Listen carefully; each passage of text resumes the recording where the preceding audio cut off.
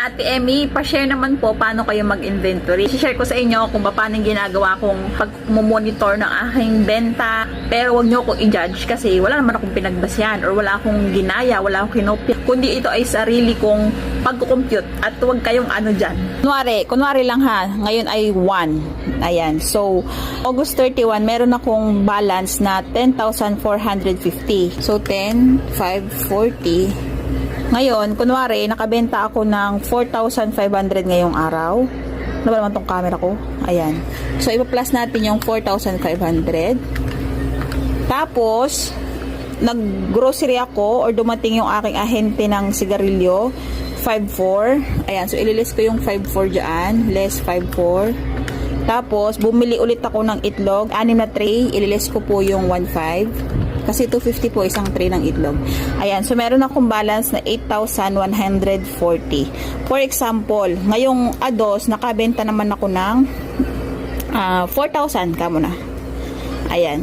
So yung 8,140, ipa-plus ko po yung aking benta na 4,000 plus 4,000. Ayan. So, meron akong magiging balance na 12,140. Lang, 12,140. Ngayon, paano naman po yung expenses ko? Alam ko, magtatanong kayo niyan. Wait lang. Ipagpalagay na natin na end of the month na. Ngayon, buong buwan, ito yung naging gross sale ko, 98,000. Ang mangyayari niyan, kukunin ko yung 15% ng 98,000. Ayan, kunin natin yung 15% times 15%. Ibig sabihin, yung tinubo ng tindahan ko is 14,700. Wow, ang laki! O, wag kayong ano dyan, marami pa tayong ililis. Ayan, so yung 14,700, ito yung 15% ng tubo ko na, di ba? Kasi nga yan yung markup ko. Ngayon, ibabawas pa natin dyan yung mga expenses ko. Like, expenses natin na, sabihin natin sa gasolina, 1,000. Gas. Ayan. Tapos, mag-less pa tayo ng sabihin na natin sa kuryente, 2,000.